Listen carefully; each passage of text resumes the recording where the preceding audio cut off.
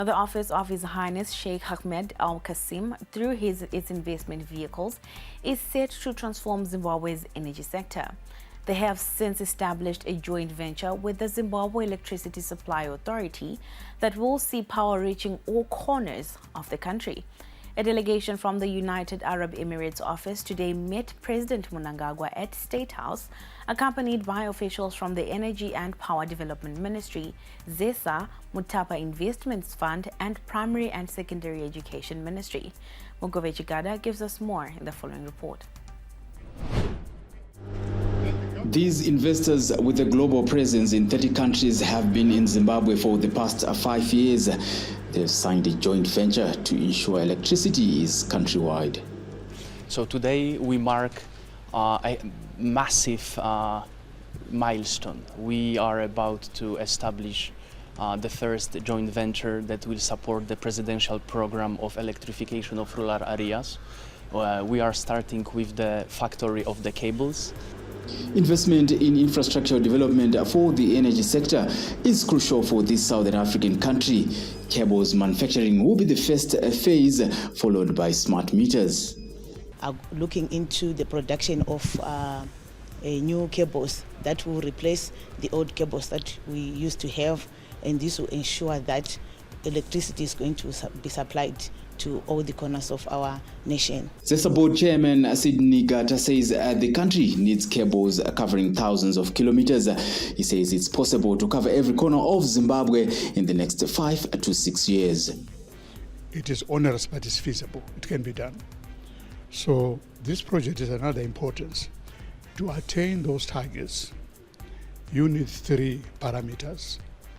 You need professional leadership, which is experience, of course. You need a techno-industrial capacity, and Zimbabwe's got a lot of technicians. Now, the Bulawayo City Council has stepped up its fight against drug abuse, especially amongst unemployed youths in the city, through inviting young people for vocational training programs. It is hoped that the youths will benefit from various courses and skills that will help them secure employment and livelihoods. Bulawayo City Council Corporate Communications Officer Nisisa Mpofu said applicants are expected to avail themselves first for interviews. As a city, we have vocational training centers throughout our residential areas, and the thrust is to get young people off the streets by equipping them with skills.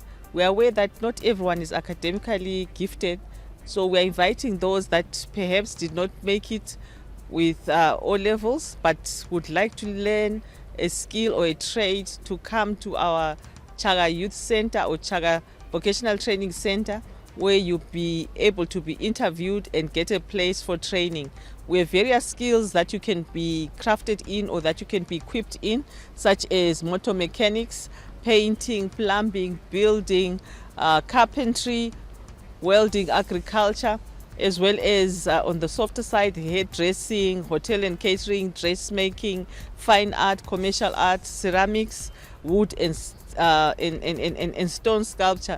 I believe that as young people, particularly between the ages of 14 and 24, you can and you must have a skill that you can use for your livelihood.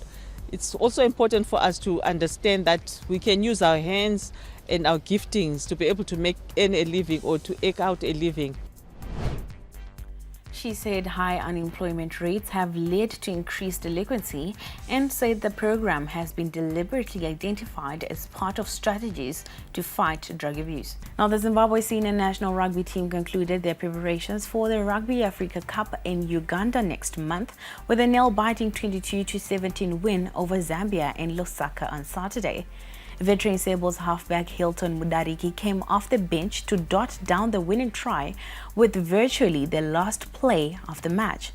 It's the Sables' second win over Zambia this year and their final friendly before they set off to Uganda for the Africa Cup.